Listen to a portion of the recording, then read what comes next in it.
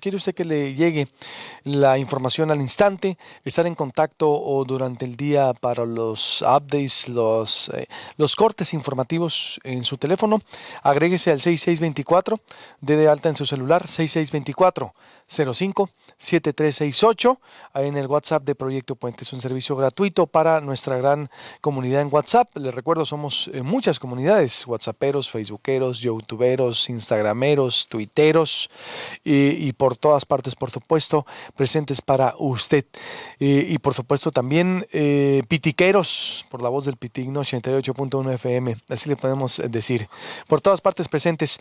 Dolly Esteves, te saludo con mucho gusto. Se disipó entonces el fantasma del boicot. Yo creo que era muy importante, todos estábamos, el mundo estaba con los ojos ayer en la toma de posesión, de protesta de Joe Biden, y su giro de 80 grados también en política migratoria, que contempla la normalización del estatus legal para 11 millones, 5 millones de los cuales son mexicanos. Te saludamos con gusto, Dolia, buenos días.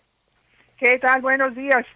Pues sí, ¿por dónde quieres que empecemos? Pues primero yo creo hacer énfasis, es importante la conceptualización que traes, pero no hubo ese boicot y violencia en torno a. La ciudad estuvo resguardada, como estuviste diciendo, más de 20,000 militares de la Guardia Nacional, pero todo transcurrió sin contratiempos, ¿sí? Todo transcurrió tranquilamente, sin contratiempos. Hubo una ceremonia muy diferente a las de otras ocasiones, precisamente por las dos contingencias, el COVID, la pandemia, que de por sí eso ya había reducido las actividades en torno a la ceremonia de toma de posesión de Joe Biden, pero después de los ataques terroristas contra el Capitolio el 6 de enero, se militarizó, se fortaleció, parecía fortaleza la ciudad de Washington, la capital de Estados Unidos, con un despliegue impresionante de fuerzas de seguridad y de maquinaria de defensa. Entonces esto permitió que la jornada se conduciera con toda normalidad dentro de esa anormalidad, si me explico. Y obviamente, pues la toma de posesión se llevó a cabo como era previsto, al mediodía hora local, y una de las cosas, el tema central del breve discurso ya del nuevo presidente Joe Biden fue la unidad. La unidad, porque obviamente Estados Unidos está muy dividido, como así lo dejó su antecesor, y dijo que debemos acabar con esta guerra incivil, no dijo guerra civil, sino incivilizada, de rojos contra azules, como son los colores de los dos partidos, del sector rural contra el sector urbano, de los conservadores contra los liberales, que era pues un momento de unir fuerzas, porque Estados Unidos se enfrenta a una crisis económica y de salud y política muy grave, y mandó un mensaje al mundo. Básicamente dijo: Estados Unidos fue puesto a prueba y salió fortalecida, su democracia salió fortalecida, vamos a reconstruir alianzas y amistades y vamos a liderar no por nuestro poder, sino por el poder de nuestro ejemplo. Y esa fue muy brevemente, hubo una serie de actividades, no hubo público, ese fue pues el mayor problema, pero de alguna manera el equipo de transición logró algo muy novedoso. De hecho, pues sí hubo actividades, pero todas fueron a través de la televisión. Todas las cadenas de televisión estuvieron transmitiendo en vivo, también por el internet. Entonces la gente que quiso ver este cambio, no solamente de presidentes, sino de políticas, de concepto, de visualización de los problemas y del mundo, pudo observarlo, pudo ser testigo, aunque fuera virtualmente. Dolia, y después, fue un mensaje, a mí me llamó mucho la atención, exactamente coincido, de 180 grados, porque está hablando de unidad, está hablando de recuperar aliados o alianzas, de acabar una guerra incivil en Estados Unidos, de la resistencia de la democracia estadounidense. Sí, imagínate qué terrible hubiera sido que en el día de protesta el trumpismo o los seguidores de Trump hubieran intentado algo más allá de lo que vimos días anteriores. Hubiera sido terrible para Estados Unidos. ¿Qué significa para ti esto o para México, Dolia, desde tu perspectiva, desde tu experiencia? Bueno, mira, para México es muy positivo el cambio, aunque no todos lo quieran reconocer así por cuestiones que no logro entender. Algún día tú me vas a explicar, porque la verdad es que a mí me asombra que todavía algunos estén llorando la Ah, derrota de Trump. Pero bueno, pues nos vamos a explicar, vamos a ponernos a llorar tú y yo también, yo creo, para ver, para entender eso. Totalmente, digo, yo todavía no puedo creer que haya alguien, no, y si vieras en los grupos de WhatsApp también aquí a nivel Sonora, de repente alguien que defienda a Donald Trump, digo, ¿en serio? ¿Se les olvidó? Somos una sociedad tan eh, de flaca memoria, ¿no? Es decir, eh, alguien que nos insultó tanto, que nos humilló, que nos dijo tanta, yo creo que es uno de los presidentes más antimexicanos que hemos tenido en la historia moderna y que sí, todavía, no, no, definitivamente, yo sí. estoy igual que tú, ¿eh? Lloramos Sí. juntos mejor. Pero, ¿qué significa para México? Bueno, para México significa una oportunidad de sacar adelante aspectos muy importantes que son del interés del presidente actual, López Obrador, empezando con el tema de la migración.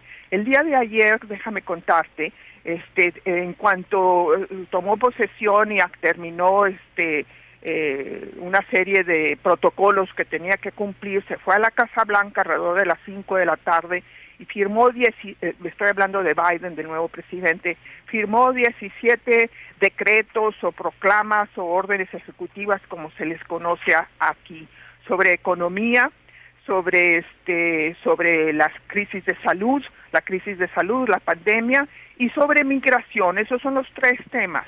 En el tema migratorio, lo primero que hizo, y ahí lo puse yo en Twitter, ahí está la lista de los 17 proclamas que firmó. La primera fue frenar el muro fronterizo, la construcción del muro fronterizo, que fue el símbolo de división, de agresión, de antimexicanismo que más define el gobierno al gobierno de Trump.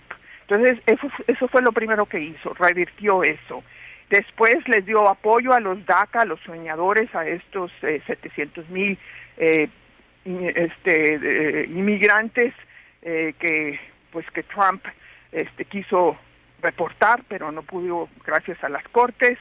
Lo otro que hizo es que reintegró a Estados Unidos a dos grandes tratados, que es importantísimo, no solamente para México, sino para todo el mundo, a la Organización Mundial de Salud, a que a partir de hoy el doctor Fauci está representando la delegación de Estados Unidos, y el Acuerdo de París sobre cambio climático, que fue inmediatamente recibido con los brazos abiertos por el presidente de Francia. En general, la llegada de Biden fue recibida. Yo todavía no veo ningún gobierno que haya dicho esto es una desgracia que haya llegado Biden. Eso se ve en las redes sociales, pero a nivel de gobierno no. Entonces, para México representa la oportunidad de poder sacar adelante esta reforma migratoria para estos 11 millones de indocumentados, 5 millones de los cuales son mexicanos, y también cooperar en temas de la frontera. La frontera, como sabemos muy bien, porque somos sonorenses y vivimos en la frontera, es un caos. Entonces, y no tiene que ser un caos, puede ser una oportunidad, de innovación y creatividad, pero ahorita está en manos de polleros, de narcotraficantes, de las patrullas fronterizas. Es todo un caos, toda esa franja fronteriza. Entonces, él elevó, o mejor creó, el presidente Biden creó una nueva oficina en el Consejo Nacional de Seguridad que se va a dedicar nada y exclusivamente a la coordinación de los esfuerzos fronterizos. Y esa nueva coordinadora es nada menos que la embajadora Roberta Jacobson, que conoce perfectamente el tema, conoce perfectamente la relación con Estados Unidos. Entonces ahí se abre una gran área de colaboración entre los dos gobiernos. Y en términos ya, para sintetizar, la relación con Estados Unidos, de México con Estados Unidos, se va a volver más predecible. No vamos a tener que estar viendo los tweets del señor Trump para ver por dónde nos va a golpear. Biden llega con un equipo profesional, con un equipo diestro políticamente y con una actitud conciliadora no solamente hacia México, sino hacia el mundo. Pues muy interesante, en verdad, lo que viene exactamente, todo el concepto de la frontera, son áreas de oportunidad ahí, vaya, muy importantes. Jacobson, entonces, ¿es una nueva área o ya existía? No existía, no. Es Okay. una nueva área, se llama, es una nueva oficina. Ella va a depender directamente del presidente, porque es el staff del presidente, que es el Consejo de Seguridad Nacional. Ellos no tienen que ser ratificados por el Senado como los miembros del gabinete, y desde anoche les tomó juramento el presidente Biden. A estos son como mil personas, ¿no? Y hay un área que se encarga de la relación con el hemisferio, se llama asesor para asuntos del hemisferio occidental, y hay una nueva área que se va a encargar de toda la cuestión migratoria y de toda la cuestión fronteriza, y que va a sostener la relación en ese aspecto concreto con México y los países centroamericanos, y esa coordinadora es la embajadora Jacobson. Wow, qué interesante. Veo también que ahí estuvo Bill Clinton, Obama, Bush, es decir, muy simbólica su presencia. Por último, brevemente, Dolia, la edad de Biden me hace un poco de ruido. Sí, con Ronald Reagan, ¿te recuerdas en los 80s? Había muchas críticas por su edad, porque se le olvidaban cosas, es decir, por el perfil y sobre todo en el segundo periodo de él, porque se religió Reagan. Biden tiene que 78 años, ¿cuántos? Sí, creo 79, 78, ¿no? deja ver aquí, sí, Biden es definitivamente el presidente más longevo, tiene 78 años, correcto.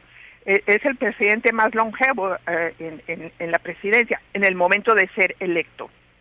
Ni siquiera Reagan, cuando Reagan no tenía 78 años todavía, no tenía recuerdo. 64, entonces en 4 años obviamente pues él va a tener 82 años y muchas personas se preguntan, bueno, ¿se va a poder reelegir? Porque ya sabes que aquí los presidentes siempre buscan la reelección, todos. Es eso, parte del cargo, ¿no? Entonces, pero si ya va a tener 82, ¿cómo se va a poder reelegir? Es un debate que en mi opinión es bastante prematuro. El señor está en buena salud, de eso es un hecho, tiene muy buena salud, y tiene una vicepresidenta, que ese es otro hito que se marca, ¿no? Se quebraron varios techos de cristal con la llegada de Kamala Harris a la vicepresidencia de Estados Unidos. Pero ella es relativamente joven, anda en los 50, y un escenario posible es que ella buscara la elección presidencial, pero todavía estamos muy lejos de eso. Los 2 primeros años son los 2 primeros años más sólidos de cualquier gobierno, donde tiene el mayor capital político, y no está pensando en la reelección, porque al tercer año ya empiezan a pensar en la reelección y ya no gobiernan al 100%, y ya los cálculos políticos que los hacen en virtud de que les conviene electoralmente. Entonces, ahorita obviamente las prioridades de Biden son el COVID. Acaban de decir que una noticia que no conocíamos es que que Trump no tenía plan para distribución del COVID, de la vacuna contra el COVID. Entonces tienen que partir de cero hoy el gobierno de Biden, porque se encontraron cuando ya ingresaron a la Casa Blanca y tomaron los diferentes departamentos del gobierno, que no había plan de distribución. Entonces eso es una prioridad. La otra prioridad es lo que te acabo de comentar sobre el anteproyecto de ley migratorio. Otra prioridad es darles alivio a la economía, nuevos cheques de estímulo para cada persona que tenga un ingreso de menos de 75,000. En fin, tiene mucho que hacer. Y sí, tiene 78 años, pero no, pues depende, ¿no? Hay gente muy brillante que tiene 80 y tantos años, por ejemplo, Elena Poniatowska.